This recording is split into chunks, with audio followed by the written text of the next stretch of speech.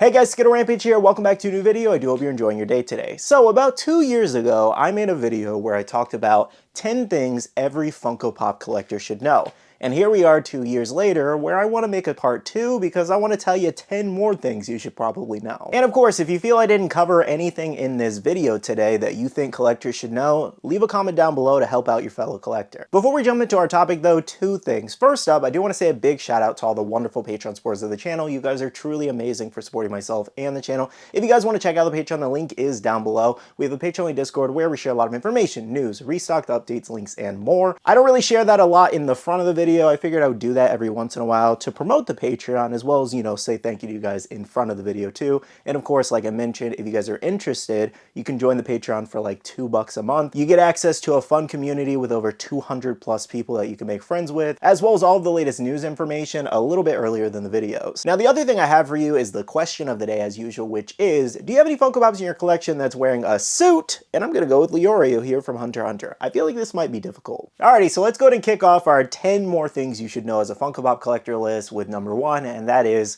save your Funko Pop boxes. I couldn't believe I didn't mention this in the first part 2 years ago. But this is such a huge thing, especially down the line if you maybe need to sell your collection, you know, emergency thing. Maybe you have a $20,000 collection, or you need a down payment on your house, pay a hospital bill. Things happen in life all the time. Now, not everybody wants to sell their pop collection, but again, like I mentioned, you may have to at one point for something important. Or there's also the case where you just don't want to collect anymore, or you want to downsize a little bit. And it's always good to have those boxes so you can sell them at the full value versus half value if you don't have the box anymore. Now, while keeping those boxes around, it's just as important to protect those boxes. This comes in at number 2 of what you should know, and that is pop protectors are your best friend. Pop protectors will keep your pops clean. They will keep them undamaged most of the time as long as you get a quality one.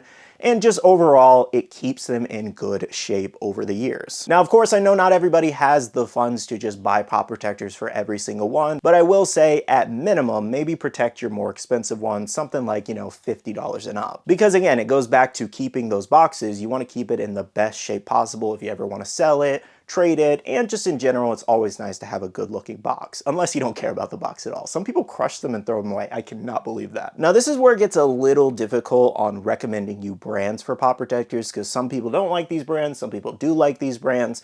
So I also want you guys to comment down below. I'm going to give you a couple, but I want you to comment down below your favorite pop protector brand as recommendations to your fellow collector. But some of the better ones for like pop armors, for example, like your hard stacks, usually people are buying from $7 a pop. And they also do have their line of soft protectors. Another pretty good brand is Vaulted Vinyl, though they do lean on the more expensive side. They even have like 0.7mm ones, but again, they are much more expensive compared to your average pop protector brand. Another pretty great one that I actually use for most of my pops is my friend Captain Pop's Loot Locks brand. His are actually pretty good and affordable, and he also does have a hard stack line too. And not to plug myself or anything, because I do get an affiliate backend, but over at Loot Locks with Captain Pops, I do have the code SKITTLE10, which does actually get you 10% off your order. I figured I'd mention that in case you guys are checking everybody out. Anyways though, overall, I urge you to check out all the options, see what fits best for you. There are many pop protector brands out there, but I just wanted to give you a couple examples of places you can check out. Coming in at number 3 of what I feel a pop collector should know is, how are you going to display your Funko Pops? And there are many ways you can do this. You can display them just stacking them from the ceiling to the floor. You can also get bookshelves like I have behind you. You can get floating shelves from IKEA. There are many different examples of what you could do this. There's also plenty of tutorial videos of display shelves and all that. I've done a bunch of reviews of my own subscribers' collections, and they've showed off a ton of different ways you can do that, so you can check those out on my channel. You can also check out some of my collection videos and see how I display things. Bailey, my wife, also does a ton of different collector's guides of how to display things, what kind of cool bookshelves you can buy and all that, so you can go check out her channel. But just to give you a couple quick examples of things you can buy to kind of enhance your display a little bit, is that over on Amazon, they have tons of options for acrylic display risers, kind of how you see here with my Demon Slayer in the back. They're kind of like the stair stacking method. And I'll have links down below in the description box or a pinned comment where you can actually pick up those acrylic displays if you want to check those out for your own collection. More examples are over at IKEA. One of the most popular bookshelves for Funko Pops is their Billy bookcases. Now that Billy bookcase is actually one of the higher quality shelves. It's really great. Bailey uses them, and again, many other collectors do use them. And that's gonna run you about 70 bucks plus tax, just so you know. So it's a little more expensive to get a couple of these. Another alternative is the ones I actually use. They're over at Walmart. They're called Walmart Mainstays bookshelves. And I'll usually have it like a product link right here on the video that you can click. And again, that's also an affiliate link, so it does help me out on the channel here if you guys decide you want to pick up some of the ones I have for display. And those usually run you about $35. They're actually not too bad. And you can fit about 120 plus pops on them from what I've noticed if you kind of just do like front to back of just pops in their boxes. Again, though, like I mentioned, there are many ways for you to display your Funko Pop collection, so just do your research, watch a couple different videos and guides, and I'm sure you'll have an awesome display in no time. Coming in at number 4, this is probably one of the more important things on today's list, and that is don't buy everything just because you like it. And of course, that sounds weird because you're probably thinking, if I like it, why wouldn't I want to buy it? Let me kind of explain. So there are things you like and there are things you love. You can like a lot of things, but there are very specific things that you love for your collection. So when you start buying everything that you like, you end up with like 300 plus pops. And then later on down the road, you're like, why do I have this, this, this, this, this? I only like this. I don't even like this as much anymore. Why did I spend that money on it? It happens to a lot of people. It doesn't happen to everybody. You know, you're gonna have those people who be like, I am the best Funko Pop collector. I like everything in my collection. I have never sold anything. I will never ever sell anything. Okay, we get it. But it happens to most people. So in general, it's just a good rule of thumb because you can fall into that trap, especially as a new collector. It happened to me, many others, where you just buy everything. Every character you like, every variation you like early on, and then you just feel trapped later on because you have 500 pops staring at you. And I've talked about this a lot in the last 2 years where I myself have gotten rid of a lot of variations in my collection just because, one, it's really hard to keep up with Funko. They make like 6 versions of every character at this point, whether it's glow, flocked, metallic, etc., etc. They just keep going with it. So it's just hard to keep up in general.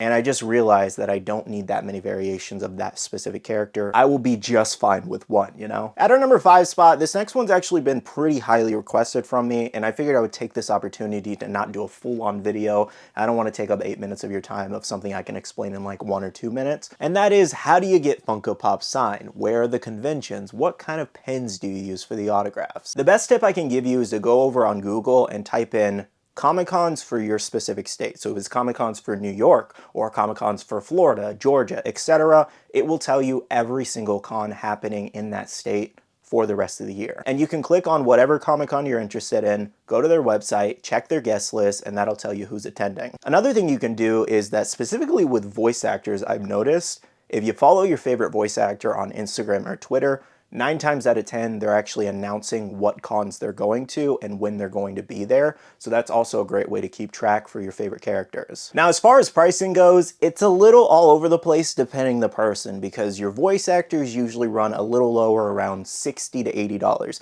but sometimes they charge like $20 for quotes or $10 for extra little words and all that. Every celebrity is different. And then your bigger celebrities, let's say like Anakin Skywalker, for example, he's attending a Comic-Con, he usually runs a lot higher, like well over $100. But as I mentioned, with searching the specific Comic-Con, once you find it, they'll tell you all the prices in advance usually. One of the biggest tips I can give you if you're going to see a more popular voice actor is to actually get there a little bit early to the con, or maybe attend that Comic-Con 2 days versus 1 day if you're only planning to go one, because I would say 1 day for doing all the autographs, because usually if it's a popular voice actor, let's say like Chris Sabat, Vegeta, Zorro, etc., sometimes you're standing in his line for 1 to 3 hours. So if you want to get like 5 voice actors done, it's going to take up almost half your day just getting autographs. So it's always good to go at least 2 days to these cons. Now to wrap up this autograph session, I'm not trying to keep it too long. I just want to give you guys as many tips as I can in a short amount of time. The last tip is, a lot of you guys ask me, what kind of markers or pens do you use for autographs? Now, a lot of celebrities recently have been upgrading their pens from Sharpies because if you see a Sharpie,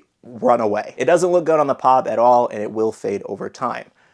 The best thing you want to use is paint pens. You can use Deco paint pens. Sharpie has some. You can literally search over on Amazon. I'll have a link to the general section down below. If you want to search for paint pens, you can also find them at Walmart, Target, etc., your local, stores and all that. But paint pens are going to be your best friend. That's how you're going to get an autograph turning out like this, nice and beautiful. Moving on to our number 6 spot, that is be careful when buying Funko Pops initially. And this is more specifically focused on commons. As I mentioned earlier, they make variations of just about everything 3 or 4 times over sometimes. And why I'm saying be careful with commons is because sometimes, even if it's your favorite character, they might end up making it glow later on and you might love that more, and then you're like, oh man, I just bought the common, now I gotta buy the exclusive. Let's take the Luffy Gear 5 for example. Everybody was crazy on that pop. Even though it wasn't the greatest first mold, everybody was crazy because it's Luffy Gear 5. Who wouldn't be crazy for that? And then look what they released about 2-3 months. I don't remember the exact time frame, but it was later after this Luffy sold out everywhere, a Luffy Gear 5 laughing pop. And it had him with the mouth. Everybody loved that pop so much more. So that's one of the best examples I can give you, is that don't buy into the initial hype sometimes, especially if you're not loving the common, because 9 times out of 10, Funko is going to make an exclusive from that line. Unless it's something like super niche that they only made like 3 or 4 commons of. There are times where Funko won't make exclusives of certain lines because it just doesn't make sense to. Coming in at number 7, this one is, if you need to sell your Funko Pops, where do you sell them? Now, I actually recently did a video talking about before you sell your Funko Pop collections, watch that video. So that video will actually go a lot more in depth on different topics. If you want to check that out, it's on the channel. I made it within the last week or so. However, just to give you some quick tips here, there's plenty of places you can sell your Funko Pops. It's more so deciding how you want to sell them. If you want to just be done with them, get rid of them all in one go in bulk, then you can find a reseller who is looking to purchase everything, and usually they'll give you around 40 to 60%.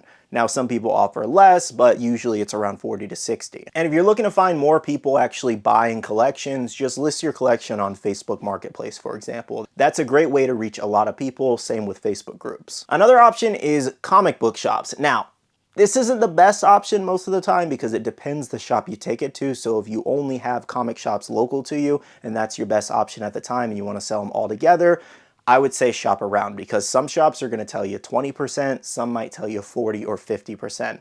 It depends which shop is willing to pay more, so don't take your first offer. Now, other selling platforms you can go on is sometimes I've seen people selling them on Twitter or Instagram. It's kind of harder to sell on those, I will say, but I figured I would mention it. Other places are like Whatnot, that's very big for Funko Pops, Mercari, eBay, basically your seller platforms. And I do recommend those marketplaces if you prefer to sell your Pops one by one and get the most value out of selling your collection. Now, that's just a quick summary of what I talked about in that seller's guide video. Again, you can check that out if you would like to. At our number 8 spot is Funko gets everyone's exclusives. What do I mean by this? So in the last 2 years, Funko's been trying to increase their direct-to-consumer approach. This basically means where they sell you the exclusives specifically, or common, or whatever. So it basically cuts out the middleman. So let's take Hot Topic or Chalice Collectibles, for example. You may have noticed that over on Funko's website, maybe like a couple weeks later, they're selling those retailer exclusives on their website.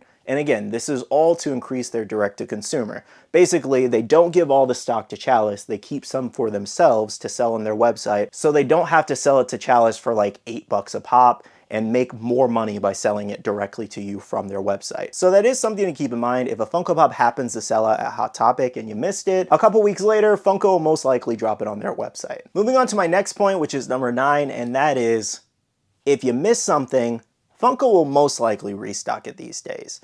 Again, in the last 1 to 2 years, Funko's been heavy on the restock and reprinting of older exclusives. It does seem like most things that were actually vaulted, Funko has been restocking lately, not really staying true to their words of that being vaulted, but there's nothing we can really do about it, unfortunately. But this one's worth mentioning because a lot of things have been restocking in the recent years, just because Funko needs extra money, or they're just kind of capitalizing off all those people who miss those exclusives and commons will now buy those, and they can basically make more money from them. Now, the only things that don't seem to restock lately are the numbered pieces at Comic-Con, for example, or Funko NFTs, because usually those are supposed to be limited to the specific packs and all that. I talked about this in a video the other day of the Luffy on Thousand Sunny being restocked with 2023 and 2024 dates, so it's getting a little nuts with the restocks, honestly. Again, though, I covered that whole topic in a different video. I just want to mention in general is that 9 times out of 10, if you miss something lately, Funko will probably restock it down the line. So it is worth waiting a couple weeks, and don't buy into those crazy reseller prices to see if Funko does restock it. Coming in at number 10, the final tip I have for you guys in today's video is that I want you to do your research, because you may be able to buy something cheaper